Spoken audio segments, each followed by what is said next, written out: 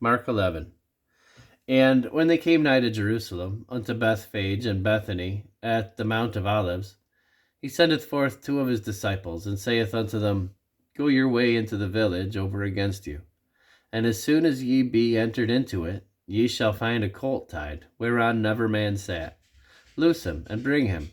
And if any man say unto you, Why do ye this? Say ye that the Lord hath need of him, and straightway he will send him hither. And they went their way, and found the colt tied by the door without, in a place where two ways met. And they loose him. And certain of them that stood there said unto him, what do ye loosing the colt?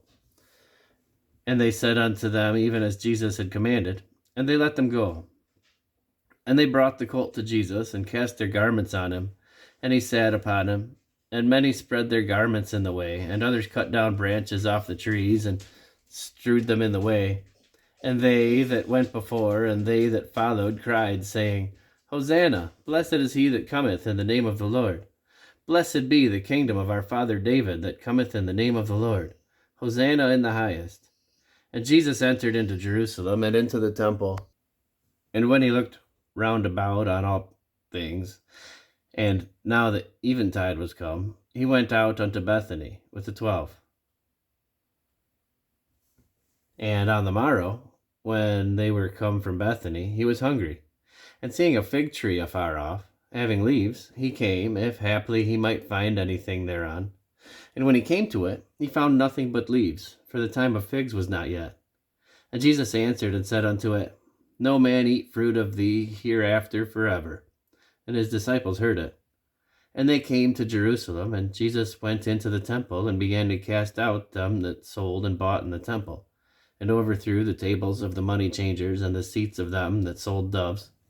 And he would not suffer that any man should carry any vessel through the temple. And he taught, saying unto them, Is it not written, My house shall be called of all nations the house of prayer?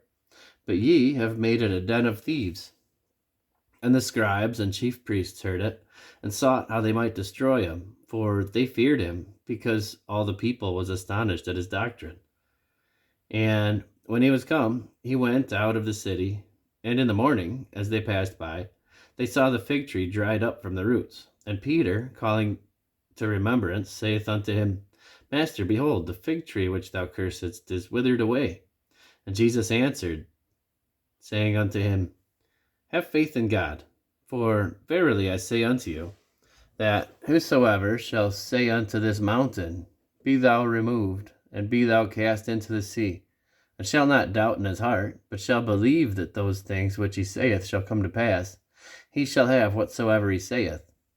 Therefore I say unto you, what things soever ye desire when ye pray, believe that ye receive them, and ye shall have them.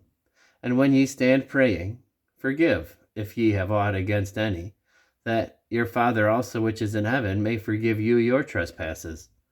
But if ye do not forgive, neither will your Father which is in heaven forgive your trespasses.